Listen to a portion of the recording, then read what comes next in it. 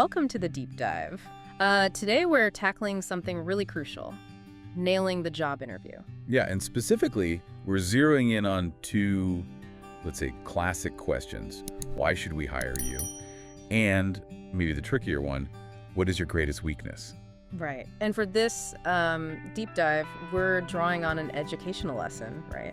All about interview skills. Exactly. It's quite a good resource, actually. It gives us a dialogue examples how people actually answer these things. Oh, cool. So like real answers. Yeah, and then analysis of the language they use, strategies, and importantly, it shows us some strong answers and, well, some that don't quite hit the mark. Okay, so sort of the do's and don'ts. Pretty much. Perfect. So look, if you're interviewing now or just want to sharpen up, or maybe you're just interested in, how these things work. Then this is for you. Yeah. Our goal today for you, the learner, is really to get beyond just the usual advice. We want to give you some practical insights. And the language, too, how to actually say it confidently. Right. We'll look at why certain answers work better and give you some solid examples you can kind of adapt for yourself. Sounds like a plan. Where should we start? The hire me question. Let's do it. Okay, why should we hire you? Our source material, it starts with an interviewee opening pretty strongly. They say, I think that I would be a perfect fit in this company.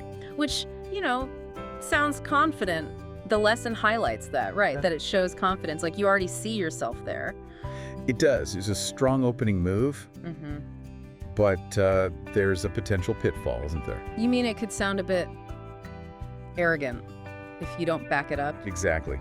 That confidence needs substance quick. Yeah. The source makes that clear. The real meat of the answer is in the details. Well, details, like skills. Skills, yeah, insights you have, experience. Yeah. But crucially, how those things specifically benefit this company you're talking to. It's about demonstrating value, not just, feeling like a good fit. Okay, it makes sense. And the example they give is pretty concrete, isn't it? Oh, yeah, very. The interviewee talks about leading a customer support department. Right, and they had a problem. Or an area to improve. Well, initially, their team was resolving about 70% of customer issues, which isn't terrible, but room for improvement. Definitely. So what they did was implement specific training, working with a technical team. Ah, okay. And the result? The resolution rate jumped to 90%. Wow, okay. That's a serious improvement, 20%. It is. And what's great for anyone listening and taking notes is that it's a quantifiable achievement. Numbers stick. Yeah, not just I improve things, but I improve things by this much. Exactly. And it's linked to a specific action, the training. It shows impact. It shows you understand how to get results. And the language they use. The source flags some useful terms. Technical acumen? Acumen basically means insight or understanding. So insight into technical stuff. And they also mention business acumen. So understanding the business side, too. Right. Using terms like that signals, a deeper level of understanding. It's a good vocabulary to have in your back pocket. Definitely sounds professional. What else? Any specific verbs? Yeah, they use excel, like to be really good at something.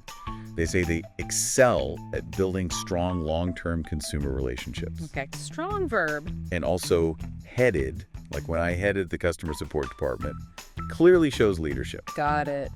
So specific examples, strong verbs, maybe some of that acumen vocabulary. It paints a much clearer picture of what you actually bring to the table. And how did they wrap up that answer? The source liked the closing too, right? He did. The phrase was, given the opportunity, I could bring this kind of success to this company. Ooh, I like that. It's confident, forward-looking, links their past success to future potential here. Precisely. It connects the dots for the interviewer. And this all ties back to the sort of broader advice in the source material, doesn't it? Absolutely. It reinforces the need to showcase skills, experience, even personality. But always tailored, right? Yeah. Tailored to the specific job.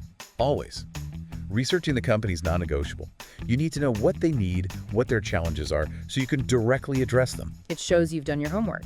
And it shows genuine interest.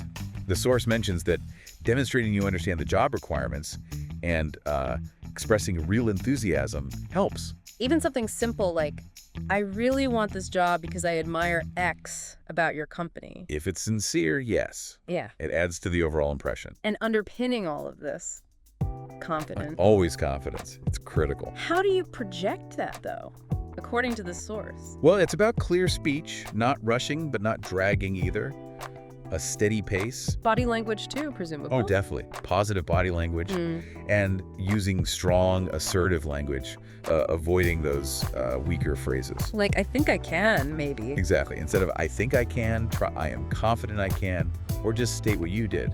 Conviction matters. Okay, that's a really thorough look at the why hire you question. Super helpful. It's a big one worth spending time on. Definitely. Right, let's switch gears. The other side of the coin, the one people often dread. Yes. What is your greatest weakness? Yeah. That one can feel like a trap. How does the interviewee in our source handle it? What's their opening? The response starts quite directly. To be honest, I struggle with organization and time management. Okay. Straightforward. They continue, punctuality has never been a strength of mine. I find it hard to organize my time effectively. So they're not beating around the bush. Is that good? Well, the source highlights the honesty, which is good. What it immediately warns against, though, are those fake answers. You mean like, my greatest weakness is I'm a perfectionist, or I just work too hard. Exactly those. The cliches. Interviewers see right through them usually. They sound insincere. Okay, so avoid the humble brag. Got it. Good. What's the key then, according to the source? Honesty about a genuine weakness. And this is the crucial part, you absolutely must follow up with what you're doing about it. The action step. Yes. Just admitting a flaw isn't enough. You need to show self-awareness, sure, but also that you're proactive, that you're working on it. So how does the interviewee in the example do that? They mentioned organization and time management issues. Right, so they follow up by saying, I've actually addressed this weakness recently by attending a workshop on efficient time management. Okay, specific action. A workshop. And they add a bit more detail, explaining it gave them great insights on how to get organized and use my time efficiently. And they finish by saying, So I think I'm getting better now. Right. So identify the weakness, state the concrete action taken, and maybe hint at the positive results or progress. That's the formula of the source advocates. It turns a potentially negative question into a chance to show resilience and commitment to growth. Yeah, that makes sense. It shows you're not just aware, but you actually do something about your areas for development. Mentioning the workshop makes it real. Definitely more convincing than just saying, I'm trying to be more organized. And the language again. Struggle seems like a good, honest word. It is. It conveys difficulty without sounding like a total failure. Yeah. Punctuality is clear. But the key verb, as the source points out, is addressed. Meaning dealt with or tackled? Exactly. I've addressed this weakness. Shows you took ownership and took action. It's proactive language. It shifts the focus from the problem to the solution, almost. That's a great way to put it. It demonstrates maturity and responsibility.